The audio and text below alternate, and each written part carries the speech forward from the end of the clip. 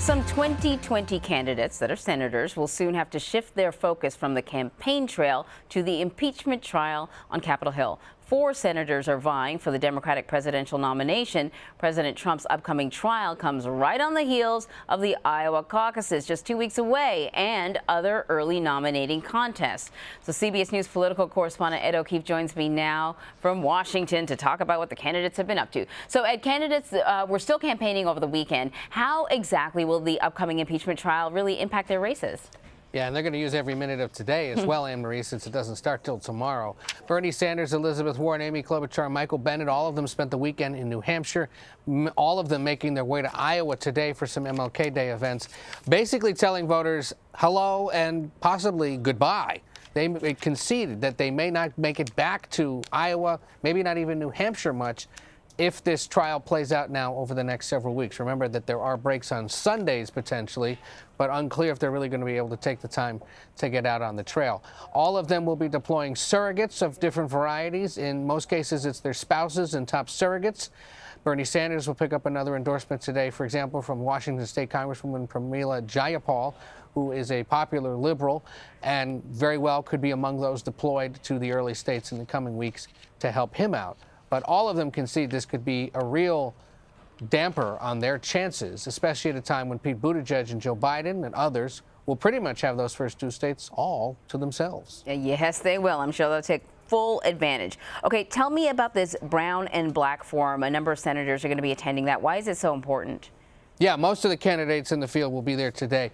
Look, black, Hispanic, Asian population of Iowa is small, but in close races like an Iowa caucus, that small percentage can make a huge difference. And every 4 years, various civil rights and community groups from across Iowa pool their resources together for this forum, designed to discuss issues of concern to African Americans, to Latinos, to Asian Americans, to immigrant communities in one of the nation's whitest states. It's usually held in the closing weeks of the caucus. This year it's being held on MLK Day.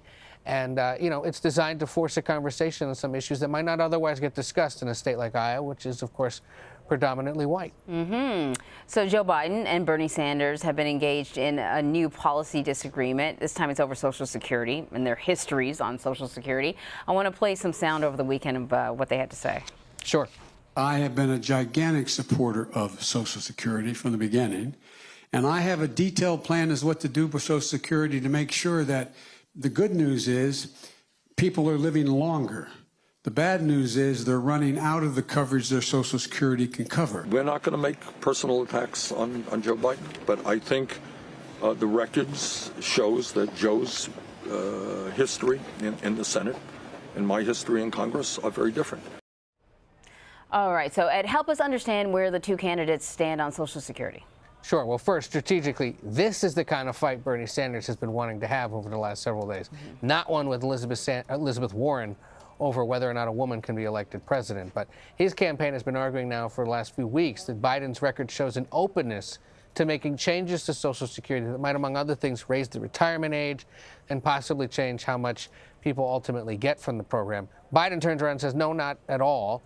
While he has been open in the past as a senator to making some tweaks to help make sure it remains a solvent program, he is disputing the idea that he would forever want to change the program. Instead, wants to make sure, and his campaign lays out plans to make sure that seniors who are living longer get the benefits they need. This is the kind of substantive disagreement that has far more effect on actual voters that Democrats usually have, especially in the closing days of a primary when the going gets tough. And it could be a preview of the kind of bickering we could see between 2 frontrunners, not only in Iowa, but across other states, should they both remain viable in the coming weeks.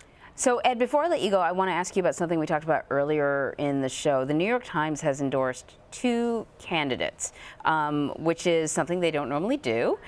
They're both women, Elizabeth Warren and Amy Klobuchar. What's the significance of the paper's editorial board endorsing these 2 women? About that much. 0. All right.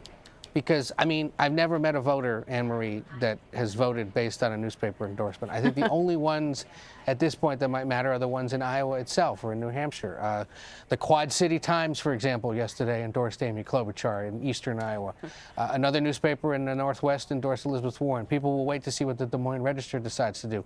Those ones are far more likely to have an effect on people as they make their decisions in the early states. The Manchester Union Leader, if they talk to the Democrats as well, might potentially sway folks, but not necessarily the New York Times. And the fact that they picked two suggests that they weren't willing to take the plunge and really make a hard choice, which, frankly, speaks to the problem that a lot of Democrats across the country have been having, that they just can't make up their mind on who exactly would be the best.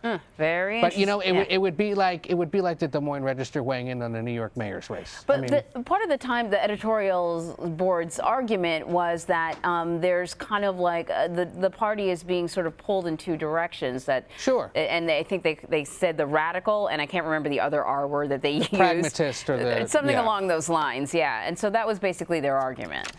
Yeah, good for them. All right. Those of us who don't live in New York don't seem to think it's a big deal. Ed O'Keefe, thank you for your thoughts.